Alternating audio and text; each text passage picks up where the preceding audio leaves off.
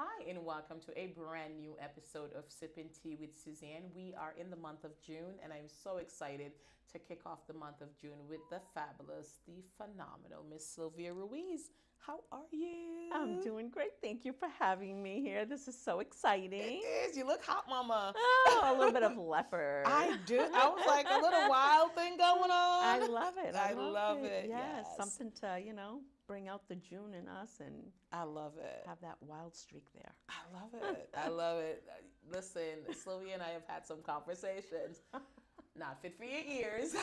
This is girlfriend talk, but I'm so excited to welcome her to the show. But before we do that, and before I get to dive in and chat with her, first I want to say thank you to all our loyal viewers and subscribers who tune in week after week. If you're on YouTube, it's Positive Vibe Studio. If you're on Facebook, it's Positively Suzanne. Thank you all. I really appreciate you. I appreciate all the guests that continue to say yes, that continue to reach out. I appreciate your recommendation. Believe me, I try to get as many phenomenal people as I know and that's been introduced to me on the show. And based on your reception to these guests, I can say that it's working. So, these guests are why this show goes on. And I do have to shout out my partner and executive producer, Paul Anderson, who makes the magic happen week after week. So thank you. Yay. Exciting.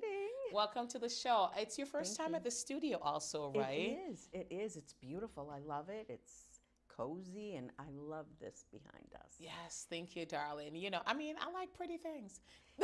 I love the colors. Yes, I they're love the like they're colors. gorge, right? Yes. Thank you. Yes, I love the colors. I love the tulips. Well, welcome to the show. And obviously we live in New England, so we're going to talk about the weather because, we right before the show we were just talking about just how New England weather be playing with our nerves.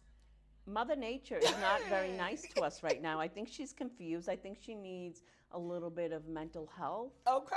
I think she needs to understand if she gets a little bit of the sunshine, Yeah. she's going to wake up. Okay, because first of all, Sunday I was freezing. I had to turn the fireplace on. My husband was being very dramatic in a hoodie and blankets on the couch. Okay. That's me. That's me. Yes, but I had all the windows open. So, but now today it's hot, and then I hear it's supposed to rain this weekend. All weekend long.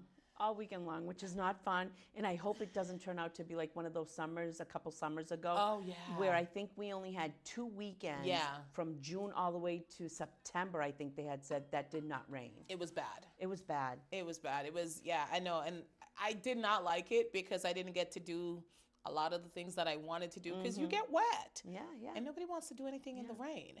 I want to swim. I want to be in my pool. I know. But you can swim in the pool in the rain, though. I don't know. Is it as fun for adults as it is for kids? I think for kids it's For better. kids, because my kids love that. Yeah. Like with the rain, I'm like, get out of the rain. It's a Caribbean thing. You're gonna catch your death of cold. Exactly.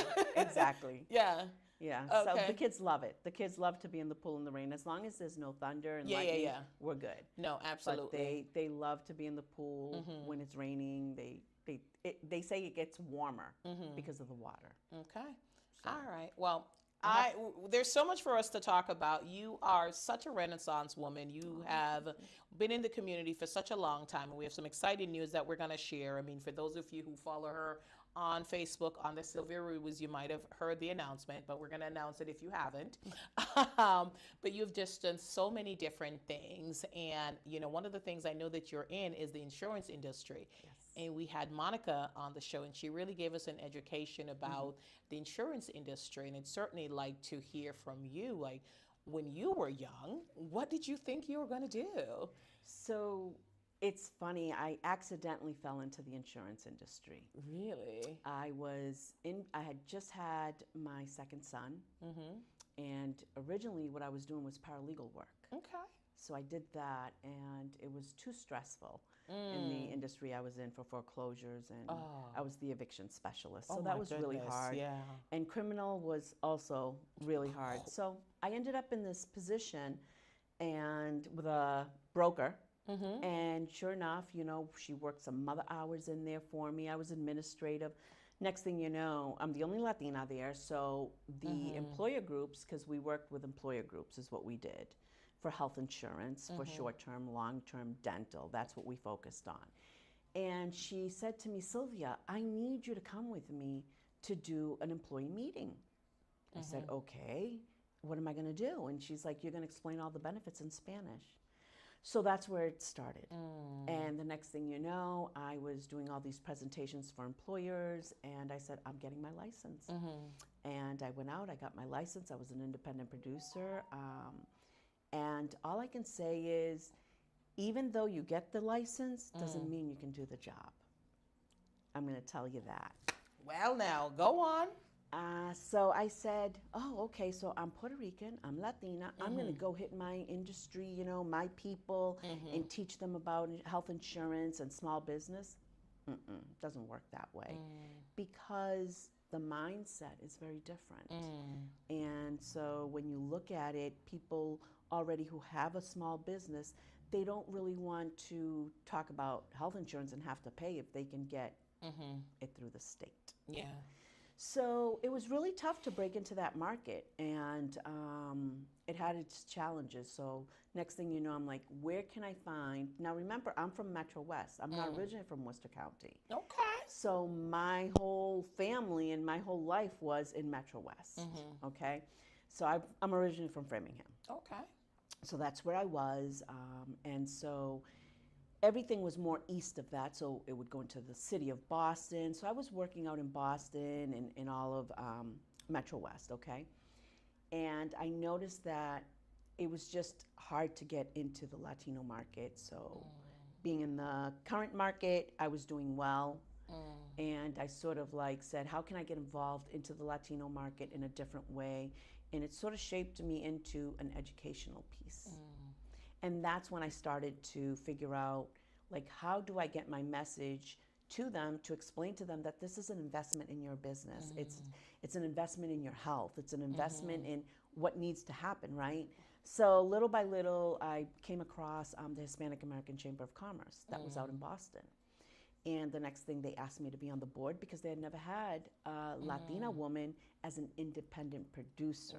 They have as, you know, captive agents, but never an independent producer, which is what I was. And really mine was health insurance, commercial, with most of the people are other types of insurance, the personal lines, if you will, and property and casualty. So that sort of spiraled something for me. And all I can say is I never looked back.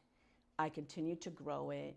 It was amazing. I started to meet different people and just using the educational piece. It's really all about educating them and listening to their needs and explaining. And back then, it was hard. It was hard because, again, a lot of the insurances were extremely high deductibles, right? That's what they were used to. And then the HMO era came in. And then everyone wanted the HMO, and they would say, well, if I'm already paying for a premium, why do I have to, if I'm already paying, for the premium, why do I also have to pay for the copays? Yeah. And they couldn't understand that. And then when it changed over to deductibles, forget that.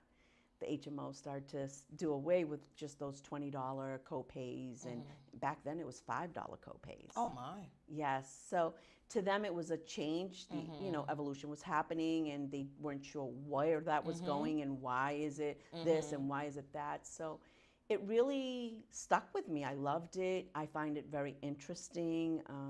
Even throughout the years, just seeing how, like what I was just explaining to you, how it changed, right? From HMOs to just having the co-pays, now it's deductibles. And so everything has shifted.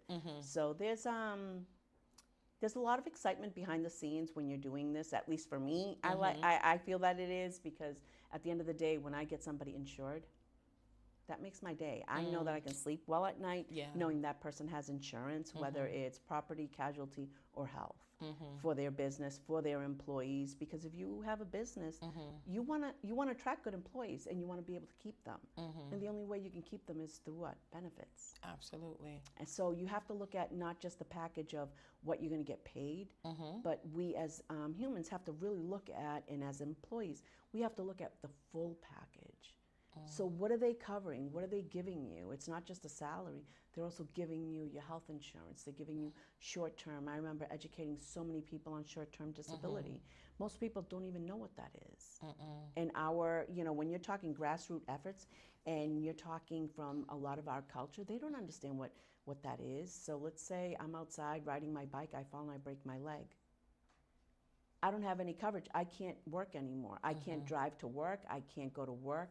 Who's going to pay me now? If you had your short-term disability, that would be covering you, at least for up to 6 to 8 weeks. Yeah.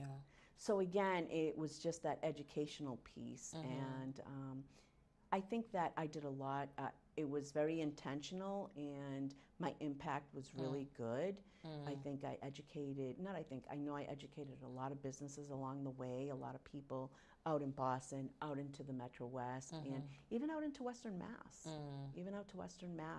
I came out to Central Mass a few times, and I still have a few clients out in this area. Okay, good. Yeah, I still have a few clients out here. But Awesome. it was very interesting. It was challenging, like I said, but it was a good challenge. No, good. No, that's good. I really like something that you said, and I'm going to come back to it.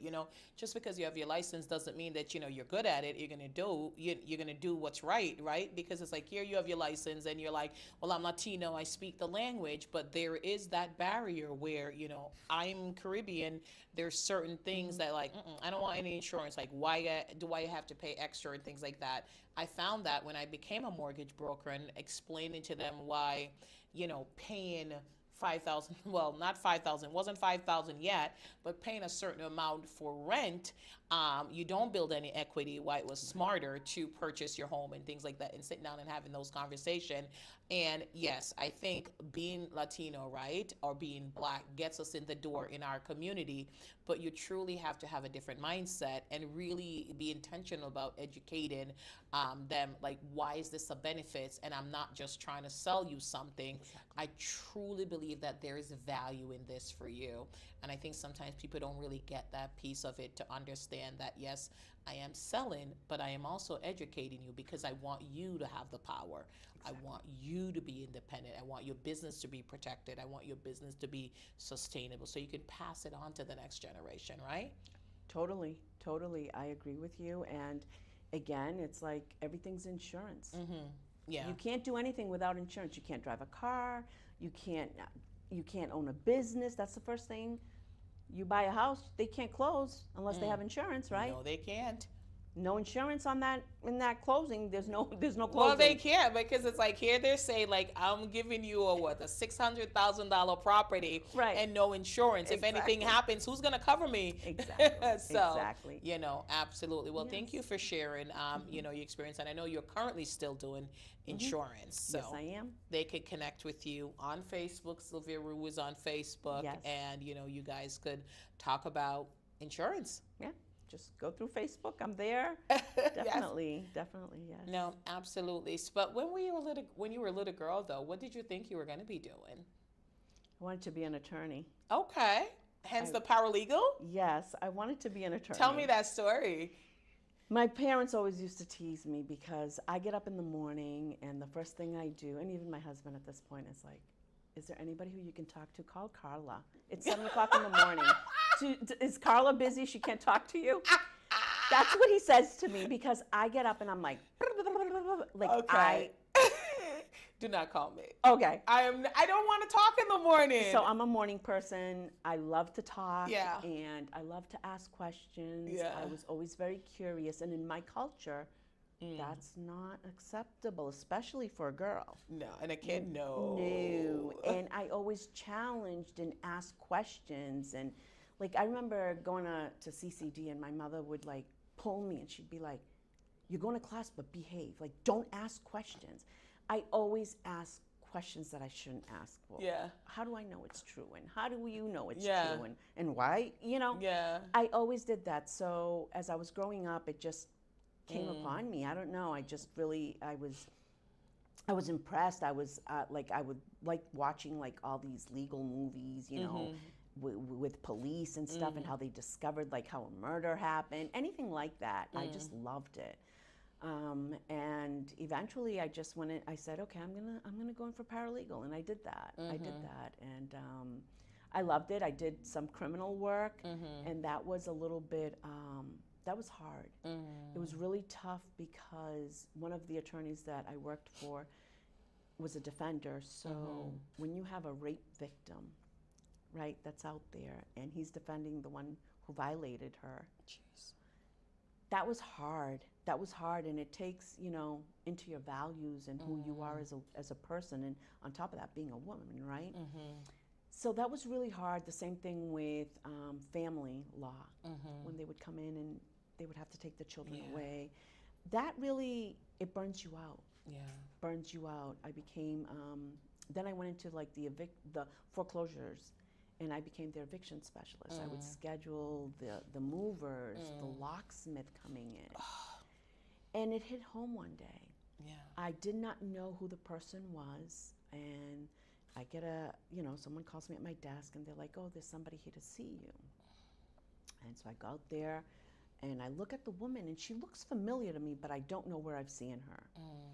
And she says, she's speaking Spanish to me, and she says, I have a stay of execution, so I'm good. The judge gave me some more time. And she says, wait a minute, I know you. And she actually was friends with my godmother, and she knows my mom.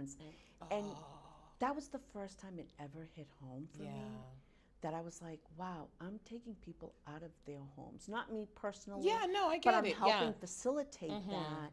And that was hard for me. Wow. That really hit me hard. And that made me like rethink all that. And I had tried, I had done the criminal path, and that was hard because of what I said. The family was also, and now the eviction, the foreclosure problem. So it's like, is there anything that is good? Right? And I sort of said, I'm going to take a break from it. I said to my husband, I'm going to take a break from it and see where I end up. And that's how I ended up in the insurance industry, a whole different role. The accidental end up in the industry, yeah. Exactly. But I still love it. I still love it. And again, like I said, I've always been very curious. I've always been, my mom used to say, oh, you're too I'm trying to think of the word in English, how to translate. It's almost like I would find things that I wasn't supposed to find. I would sneak into her personal belongings, and you were curious. You were a curious child. And I'd be like, well, no. Well, this said, and she'd be like, who are you? Like, what are you doing? Like, you can't be doing that. And even like with my family, and I would see like different things, and I'd be like, well, no, you can't do that. Like till this day, my husband says, and it's a family ongoing joke, they're like, don't call your mother. Don't call Sylvia. She's by the book. I'm by the book. He always says, she will put me in jail because she's by the book. And it's like, I don't know how to be different. Okay. That's okay. But we need people like you in the world. We do. Because, I mean, there is a ton of folks who enjoy bending the rules or breaking the rules and twisting it to their, some of them are malicious, but not all. Like some people will simple things. Like for me personally, like I have like a pet peeve, like when I see like non-disabled folks parking in a handicap spot. And I've pulled up places before and I'm with somebody and they're like, oh, just park there. And I'm like, no. So I'll park way down there and then like, I'm like, I just can't.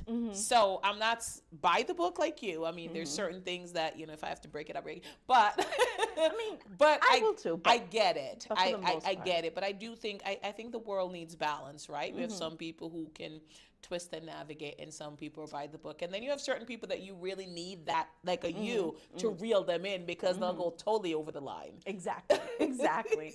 But that was my whole experience with wanting to be an attorney, and I was like, okay, I'm all set. We're all set. All right. So you mentioned Carla, and I have to bring her up. So who is Carla to you? Because I know there's a story behind that. So there is. Carla is actually my cousin. Yes. And I'll explain. So her grandfather and my father were first cousins. I remember as a young adult, Evelyn, which is Carla's mom, came to our house in Framingham. And I remember seeing her grandfather, and I'm like, wow, he looks just like Dad. And we were there. I remember this girl. I don't really remember her, but I remember there was a girl there and stuff. So anyways, moving it I never saw them again. So moving it forward, I remember that I always had family out in Worcester, but never knew who they were. Yeah. I remember the name of Evelyn. So the next thing you know, and I remember my dad always mentioning there was a cousin out in Las Vegas, out in Nevada, and I was like, Okay. So one day I'm talking to my cousins who I talk to every single day in Puerto Rico, and they're on my father's side. And I said, you know, it's really sad that I don't know, like, the Diaz side. I only know really my mom's side, the Valdez side, but not the Diaz side. And they said, what are you talking about? They're on my Facebook. I'm like, who is on your Facebook? And so I start looking, and sure enough, there's like all these Diaz. I'm like, oh my God. And I never really looked at their friend list, right? So they connect me with that cousin that lives outside out in Las Vegas. So I call her. We connect. We start talking. She's like, "Oh my God!" Now my father has passed, so she knows that, and I'm like, I'm his daughter, and blah blah blah blah. So we start talking, and I said, "I live out in Auburn, which is near Worcester," and she's like, "What? Oh, our family's there." I'm like, "What do you mean our family's here?" She's like, "Yeah, you have family there. Like, we have cousins," and I'm like, "Really?" So long story short, all of a sudden I see Carla's name, I befriend her. So we continue. Yeah. I even got to Roberto, her brother, and he would not accept me. And I'm like, listen, I am your cousin. Call your mother and talk to her. Oh my God! It was just, he wouldn't accept me, and he's like, I don't know who you are. Oh, jeez. It was so funny. So Roberto. So Carla and I met for the first time at the Queen's Brunch, I think it was, back then. It was quite a few years ago. Yeah. They did a Queen's Brunch, I think is what it was called. Okay. I went there. It was at one of the hotels. I met her, and we've been inseparable since then. Know! It's like, you're like my little sister. And she's so much like me. It's scary. I know, Miss. So we're talking about Carla de la Cruz Davila, the CEO, or I should say co-president and co-founder and president of the Wellstorm Inc. Yes. And I know, but so when Carla told me the story, I was shocked because I was like, I thought you guys knew each other a long time, and you were friends. She was like, no, it's my cousin, but that is incredible. We've known each other, I think, going to 5 years now. Yeah. But we've been inseparable since Yes. then. It's like, so I don't have sisters. Yeah. I have two brothers, an older brother and a younger brother. So for me, it was like, wow, I have a cousin that I can so relate who likes what I like. I know. Because all my other cousins, they don't like what I do. They don't like, I have one who's also an insurance agent, but still the being in the community. The community work and things like that, Nobody does that. Yeah. And to have somebody in my family, a cousin who does this, who likes it. it as much as I do. Yeah. I'm like, oh my goodness. So that's the story. So we've been inseparable. To me, she's like my little sister. No, she is. I love the relationship, the friendship, the way that you guys always speak each other's name in rooms where there's opportunities, whether they're in the room or not, always cheering for each other, showing up and supporting. That's your cousin's sister. Yeah, I love her. I love her dearly. She's good. She brings out the best in me, I feel. It's I love funny, that. not too long ago, someone said to me, I love the relationship that you both have. Yeah. Because you both bring out the best in each other. I love that. She's, and I was just like, wow. Yeah. And You've pulled her out of her shell a lot. Right, because I'm just the opposite of I'm so outgoing. I'm a people person. She's more on the shy side. She's sweet, yeah. And I'm like, no. No. You can't be that way. Let's go. Let's move it. Come on. Yeah. And it's fun, and it's been great to see her blossom that way. Wonderful. And I think I know it's helped her a lot. Yeah, it has. It's helped her, and I know she talks about that all the time when she has that opportunity. And she does. I'm fortunate to be able to help her that way, right? Yeah. And we like to put people in positions where they're going to grow. 100%. And that's what I want to see in her. Absolutely. And I know and I believe so much in her that I know she can grow more. She's incredible. She's incredible. She's doing this outstanding work with the Wellstorm Inc., who is going to be honored at the Woo Sox game on Caribbean Heritage Night for the Heart of Worcester big up for that. Thursday, tomorrow. Yeah, tomorrow. And so there's a couple of things. So there's so much for us to talk. So we're going to talk about that. But you are in Leadership Worcester. Yes. Yes, which Carla and I did last year.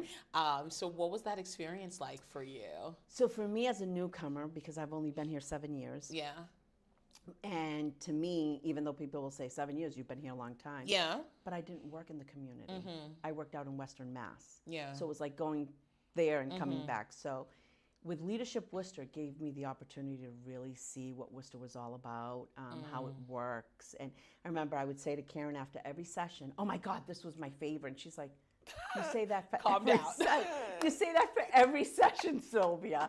But I can't help it because I love to learn. So for me, it was just a learning opportunity, stuff that I did not know. And especially when we went to the farm. I'm an animal lover. I know. So for me, seeing the animals were like, oh my goodness, I'm in my like zone. Like, you could touch them, the lambs, the this, the that, the sheep. It was awesome.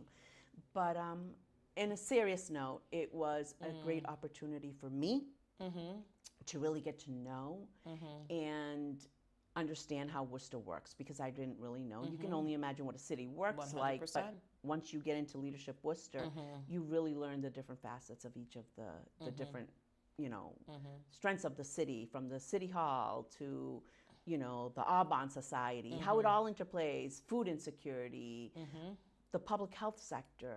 I mean, going and standing in a shelter, which I had never experienced. It's very grounding, and it's an eye-opener. And also being able to go on a van and seeing people, with substance abuse getting their treatments. And those are someone's children. Those are someone's brother, sister, daughter, mom. It shows you both sides, right?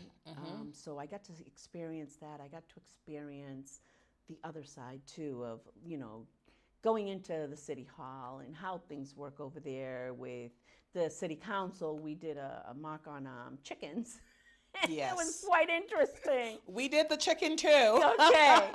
So it was really interesting. It was. But I will say, at the end of the day, I had stepped away from, about 2 years ago, I'd stepped away from a lot of boards. About a year and a half ago. And I said, I'm not getting on any more boards for quite some time. I just need time to focus on me. I was looking to grow. First of all, I was going through the loss of my mom. I was taking care of her, and then she passed away. And that's what it did, a setback on me on a lot of things. Sure. And then it was like, okay, I really need to focus on me, because I want to really boost that insurance back up again, because I sort of let it slide. It was still there. I mean, it's always been there, but I sort of let it like die out a little bit, right? And I'm like, I need to focus on me, and the only way I can do that is by giving me the time to do. So I did that. I stepped down for quite some boards, and I start to focus on me. And one of the things that Leadership Worcester put in me was to give back to the community. And one of the things was serve on a board. How can you make a difference in the community of Worcester? And where I don't live in Worcester, I was like, how can I do that? Like, how do I do that? If I don't live in Worcester, it's not like I can apply to be on a board. And an opportunity came up. Let's talk about that. I received a call, and the call came from Yvette Almeida, who was on the show. Yes, and she talked a little bit about it, and it was Pleasant Street Neighborhood Network Center. And she says, we're really looking for someone who can relate to the area, who has the leadership skills, who has the connections, who's a people person, but one of the most important things is who is grounded, who can stay grounded and be grounded for, to match that community and understand. And so I went to their grand opening. I met the amazing Adriana, the executive director. She's she's done so much work there, has a lot going on. I love it. And her energy level and she's a facilitator, so she's like on all the time. So she's amazing. Met with her, and the next thing you know, meeting with the board president, meeting because he was looking to step down. Yeah. And I got voted in. I just Congratulations. Thank you. So I'm very honored and humbled by this. It's work in progress. I just actually stepped into the role a month ago. So it's all fresh. It's all brand new, spanking brand new. Just had our board retreat. That was amazing. An opportunity to come together, get to know the board members, right? And so that was really good. And trying to figure out our mission and what direction we're going in. And you know, it's a working board. It's so you'll see as we go along. There's some great opportunities coming up. And then the next thing you know, our VP had stepped down. Okay. And so with that being said, I was like, oh my goodness, we need a VP. And I'm like, I have somebody who I think would take it on. So I spoke to this person, which is Carla. And I mentioned it to her. I said, but I'm staying out of it. This is you, this is the board, and the executive director. I don't want any part of it. Here's the connections. You speak with them. And sure enough, that's what happened. She did that. Did this amazing presentation to them. Yes. Which is, of course, it wouldn't be Carla. It's right? Carla. If it's not done that way. And they just voted her in. Well, congratulations. So I'm really proud that she accepted. I'm really humbled that she accepted it, because I think us two together is going to be amazing. I think so. And we work great together. So her vision, my vision, and the board's vision of, you know, what we want to do is it's just amazing. We have amazing people on that board. And they come from different backgrounds. But it's nice because, again, and there's people from that community on the board, which know the history. And, important. Right. And Carla actually grew up in that area. Oh, okay. So I didn't, you know, when she started speaking to me about it, she's like, I actually grew up on those in the Piedmont Pleasant Street area. And I was like, oh, wow. She's like, yeah, that's who made me who I am today. Oh, wonderful. Shaped her into who she is. So, wonderful. So looking forward to moving that along, and we have our Worcester World Cup coming up. And that is the second weekend in August. And that's through the Pleasant Street? Yes. Oh, yes. Okay. So they've acquired that. They were last year, I think they did the first year, and now this year is our second year. I think it's the 20th anniversary of this Worcester World Cup, if I'm not mistaken. But we have taken it on now. Now it's part of Pleasant Street. It's part of our programming. Okay. We have like soccer clinics every Saturday for the kids and stuff like that. Wow. So it's really interesting. But the Worcester World Cup will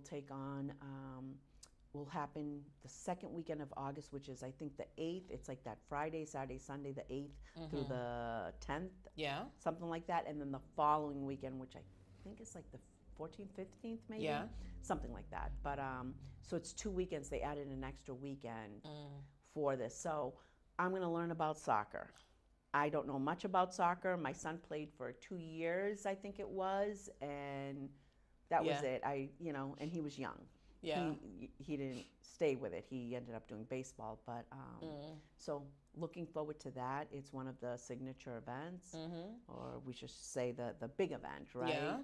So looking forward to that. I know that there's a lot of work going on behind the scenes with this. You'll be hearing more about it. We're looking for, they'll have different vendors there. They'll also have food there.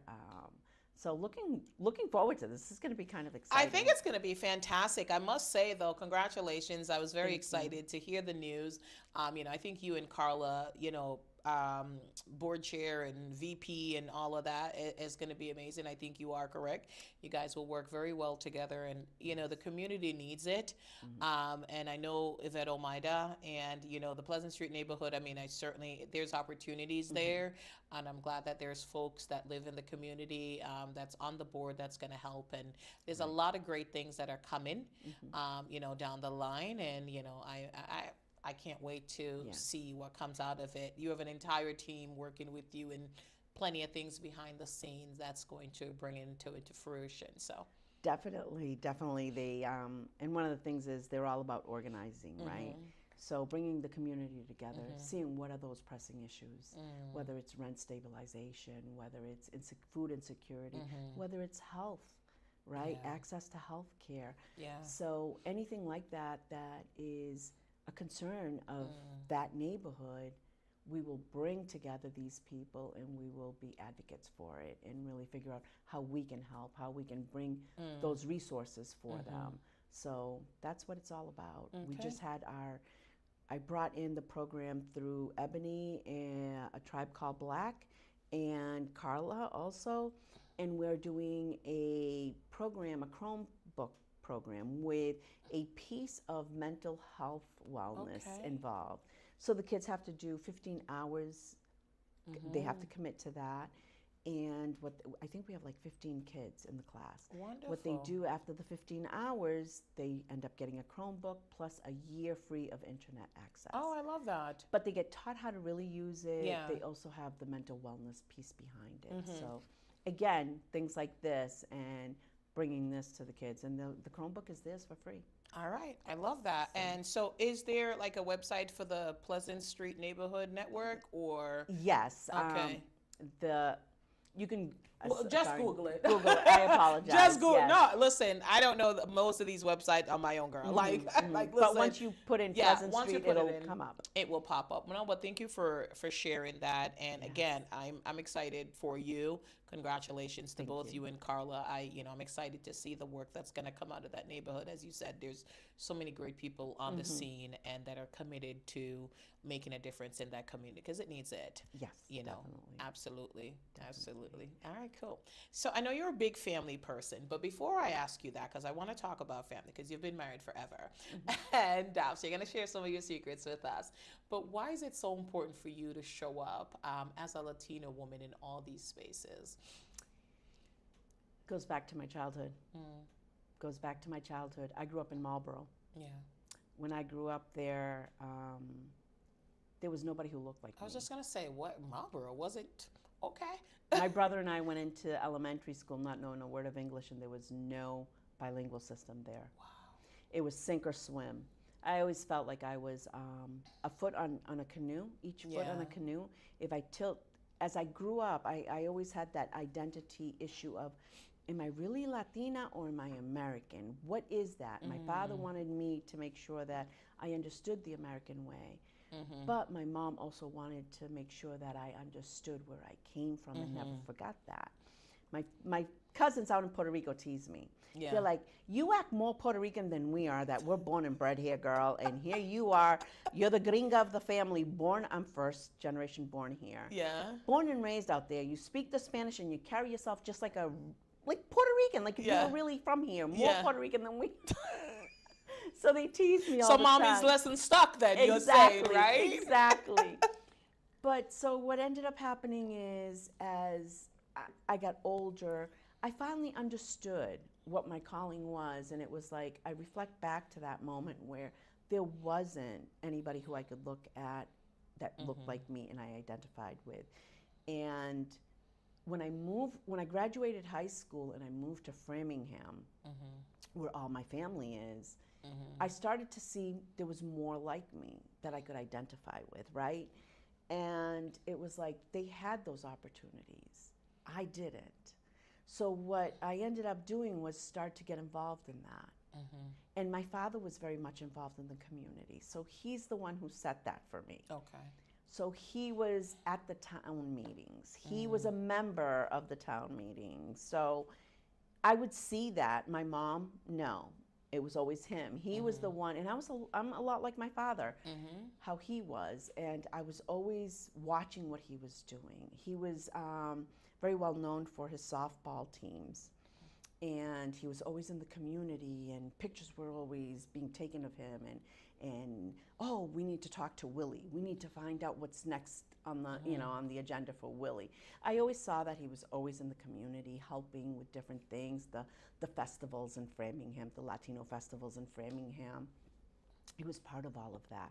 So I think he started that for me. So for me, seeing that, going back to my childhood, and then seeing my dad in action when we got to Framingham and him getting so involved and me being there, present, it just brought that to me. And it's sort of, the road I took was not so much just for like the Latino culture and stuff, but it was more about the women, the girls.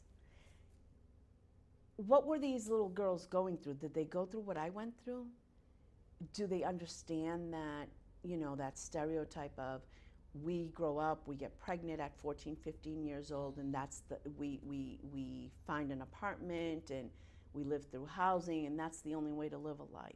And it's like, we need to be able to dream big. We need to be able to get out of that space and look at different spaces and take up different spaces, right? And so for me, that was huge. And I think also with the education piece, it was like, I always told my children, education is the only way out. That's the only way you're gonna get out. So for me, showing up in all of these spaces, I sort of like blend all of that together. It's really about who's our youth, they're our future. What can I do to give back? How can I give back? My husband is one who gives back by being a volunteer for the Wellstorm Inc. and being able to does rescuing food. And it's about that, because for him it was like he went without. He grew up in Puerto Rico, and it was very hard, and not every day was it, you know, glamour, let's say. It was tough times. For me growing up, it was similar but a little bit better, because I was here in the States, not in Puerto Rico. So for me, it's a mix of all of that, and I love to just sort of share, like, I listen to what people have to say, and that particular person who's talking to me, if I have a resource that I know can help that person, that's what I like to do, connect them. And so for me, that's why I show up, because I feel that I have a lot of resources that I'm familiar with, and so I can help with that. And so I think it's important, especially in our community. Absolutely. 100%. Especially in this community, it's something that's needed, and as long as you stay grounded and you really talk about, you know, your values and you lead in that direction, it's important. It's very much needed, I feel. No, absolutely. I think there is a lot of resources in the community, but one thing I always say to folks, you know, whenever I have an opportunity to be in certain spaces where there's not necessarily individuals that look like me and you, I mean, when they say like there are resources, but I said, but our community is not aware of it. They don't know about it. They don't know how to access it, and they don't feel like it's for them. So I will always encourage folks, like anyone that have access to resources, how are you sharing this information? Are you sharing it in spaces where the folks that truly need it know about it? Is it just on social media? Because there are folks that don't have Facebook. You know, there are folks that doesn't have social media because they're too busy working, or, you know, whatever it is, or however they choose to live their life. So I always think that A, it's important to be connected to resources, B, but to be in these spaces and then tell our people about it, because if it's for them, if they don't know about it, it won't be utilized. And then what happens if it's not utilized? It goes away. When they truly need it. So, you know, thank you for doing that and for showing up in spaces and, you know, being there and representing young girls, that they could see themselves in you, and they could see themselves in the highest echelons of anywhere and being whatever they want to be. And also the boys, you know, because it's so important. It's so important to have our young men really, you know, lead the way too. No, absolutely. And to me, I know with my boys, 4 of them. So, and 1 girl, I really install that, like, you need to do laundry, you need to iron, you need to cook. You better learn. The day you get married and your wife is sick in bed, you're gonna have to take care of the situation. So no, absolutely. Well, perfect segue. Perfect segue. Yes. You are a family-focused person. You've been married forever. Yes, yes, forever. Give your husband a shout-out, because we know he's watching. Yes, we love Papo. Oh, yes. He's hilarious, FYI. And yes, his sense of humor. Oh, my goodness. Yes, sometimes it's like you can dress them, but you can't take them out. Oh, but I love it. that- It puts people in like, oh my God, did he just say that? Yeah. I thought I was bad, but Yeah, no, I love that. Yes. And I love that you love and you adore and you appreciate everything about Yes, him. yes. But you've been married for over 30 something years. Yes. And you have a big family, and family is so important to you. It And is. I swear, I feel like every month you get a new grandchild. Like, There's another one coming. Yes. There's another one coming. girl, Number 9, it'll be in September. A Girl. little boy. Number 9. they're just happening. Like, 4 boys, 1 girl, and Yes. like you just keep getting grandkids.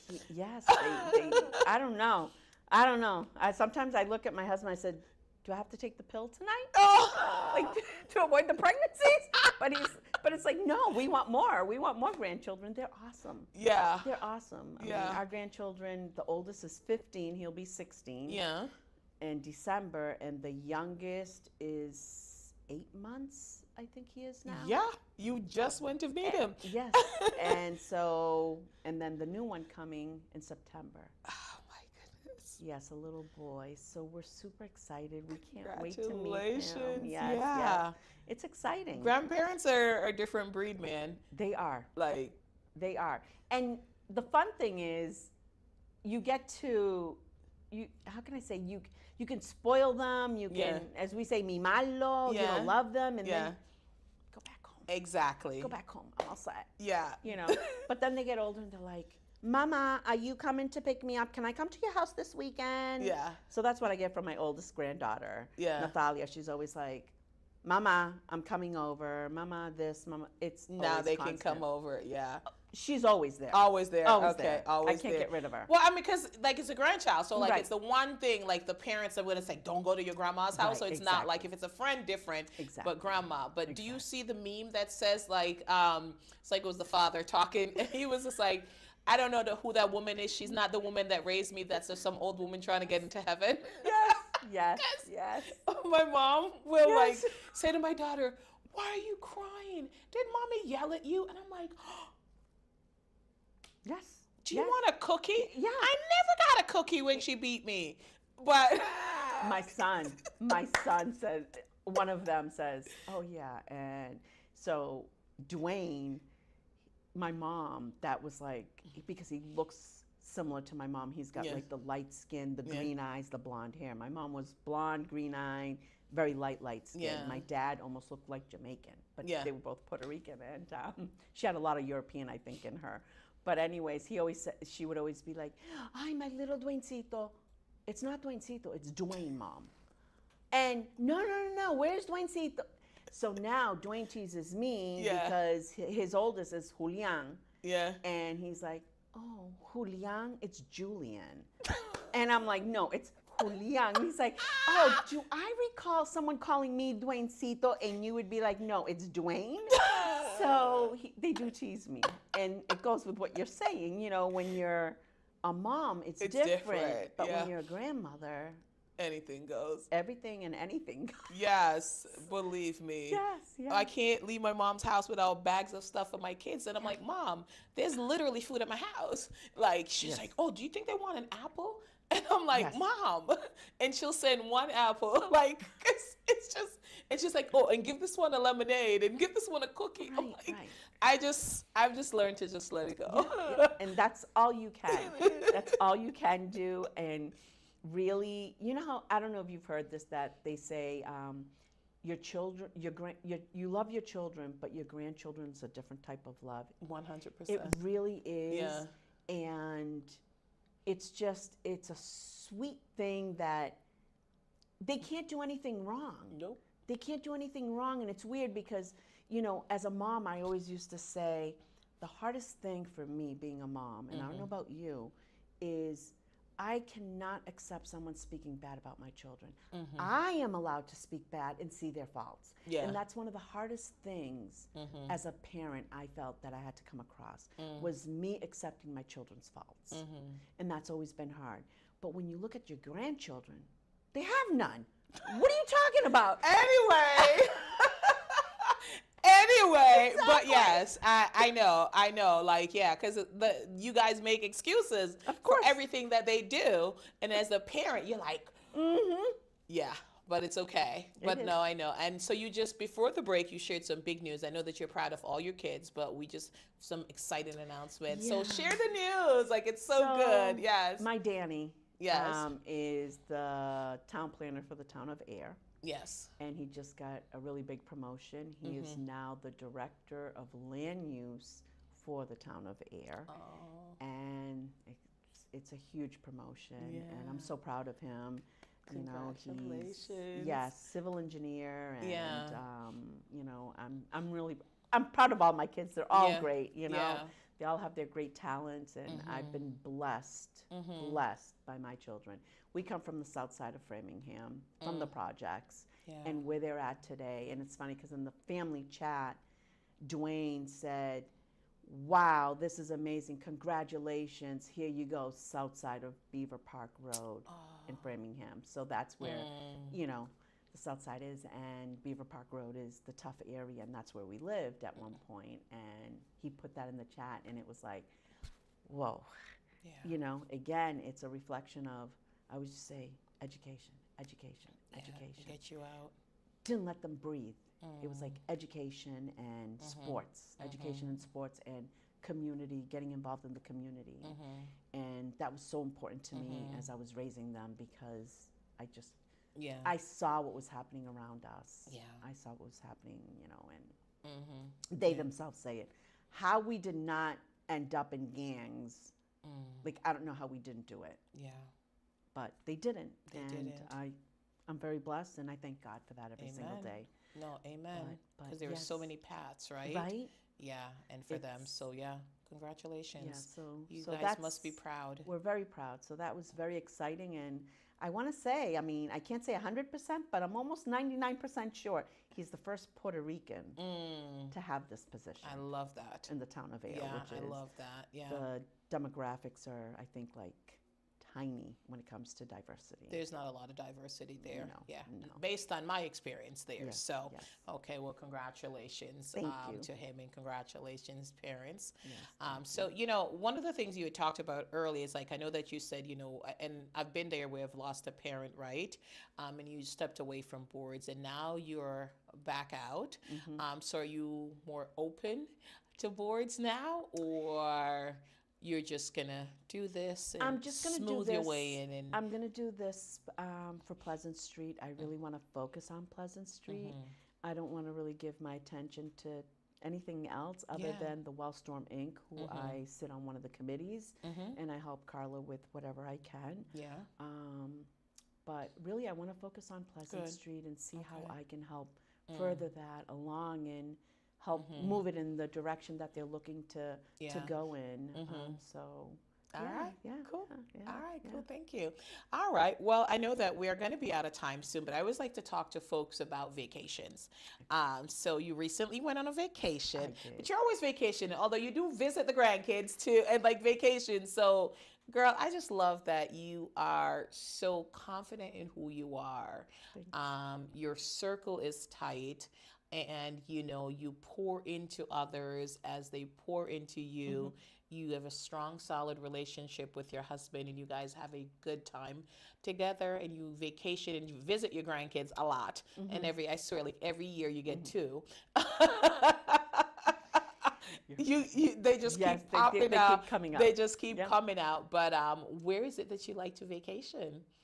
So we go to Puerto Rico often, Yeah. just because we go back to see his family, see my family, and we just love going to Puerto Rico. Yeah. What is there I not to mean, love, right? It's beautiful. It is. Yes. The food, the atmosphere, Yeah. it's just beautiful. We go to Texas because one of my boys is in Paris, Texas. Yes. It actually has an Eiffel Tower with a cowboy hat on. Oh, do they? Yeah. Okay. If you look on my Facebook, it's popped up a couple times. Okay. And then we have another son out in Boynton Beach. So I do a lot of traveling back and forth. But one of the things is when we finish college for the kids, Yes. the last one finished, we were like, okay, now it's about us. Now we're going to start traveling. And then COVID happened. I know. and that put a damper on that. So we were traveling every 3 to 4 months, to be honest with you, to Texas and just to different places local, right? Yeah. And to Puerto Rico. And so we're definitely looking to, my husband just said, let's go to the DR for a long weekend. His birthday's coming up, so hopefully we'll be doing that and just traveling, being Paris, real Paris. That's your real That's- Paris. that's like that's your bucket list. That's your my bucket, bucket list. That is Neat. your bucket list I place. want to see that Eiffel Tower. It stands tall. Yeah. And I am tall. Yes. And with that posture, I just can identify. I'm pretty sure you can too. Yes. You know, when you stand tall like that, and it's beautiful. Yeah. I just can't wait to get there, and so that will be happening. I You mean, will. Yeah, You yeah. absolutely Thinking of will. maybe a Mediterranean cruise. Yes. I would love to see all of that. Greece. So, I do yes. want to do Oh my Greece, God, like yes, the yes. Amalfi Coast and all of those Yes, places. yes. It just seems so real, Right? Because it's just so beautiful. Yes. So yes, one day yes. we'll get there. Yes. One day. Yes. All right. Yeah. But I will say, if you haven't gone to Texas, Yes. you need to go. Okay. The days are very long. Are they? They're very long, but they're very relaxing. I love it. I've never been. I've Yeah, never been. I Okay. love it. I love it. I'll add it to. I'll add it. Go to Dallas. Yes. Go to Fort Worth.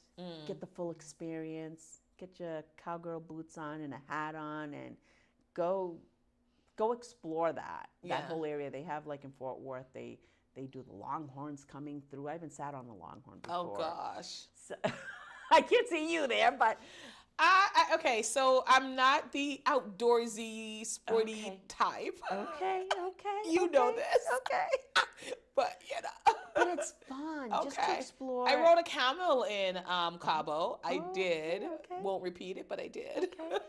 So it just sort Yeah. of gives you a sense of Yeah. different cultures, right? Yeah. And different way of living. Absolutely. And I I'd think try. it's important. I I'd think it's try important it. to be open to that. Certain things I would try, like the shark cage jumping thing, that No. part. Did you see the thing with the shark got in the cage with the guy? And see, this is why I'm like, no, because we're not made to be in cages with shark.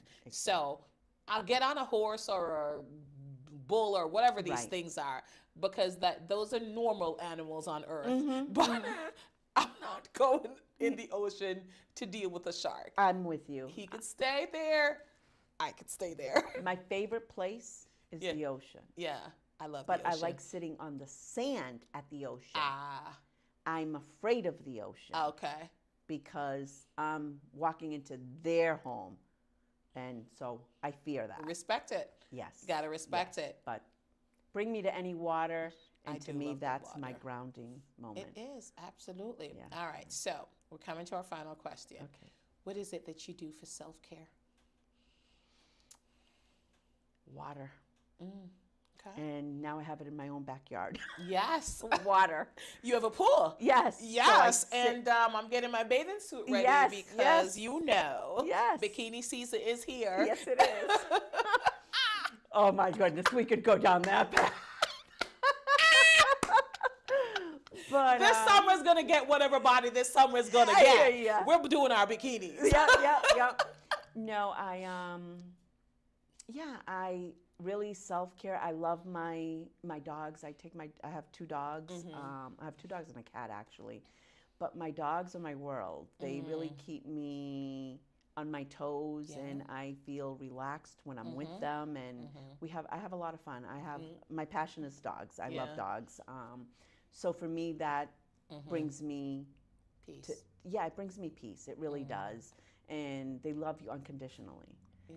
And then the water. I love water. I can go to a lake and just sit there. Yeah. I can go anywhere. As long as there's water, a body of water, I'm good. It centers me. It Wow. brings me peace. I don't know Okay. why the connection with water, but it's always been that for me. Yeah, that's good. Aside from church, obviously, but I Yes. love All right. that connection with the earth, All with right. the water. Well, thank you so much. I really appreciate you coming on and sharing a little bit of your story.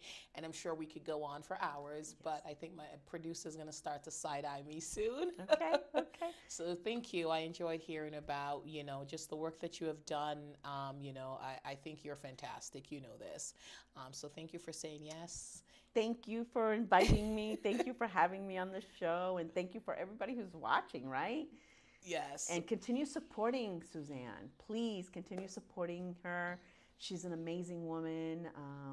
Oh, you're sweet. I didn't ask her to say that. No, that comes No. from my heart. I always Well, say I thank do you. things that come from my heart, not because I feel I have to. Yeah. So always remember that. I do things from my heart. Yeah, no, thank you. Well, I appreciate you coming on. I love the fact that you are part of my circle. I think it's important that, we surround ourselves with phenomenal, positive women that, uplifts and inspires. So I'm so glad that you're a part of my circle.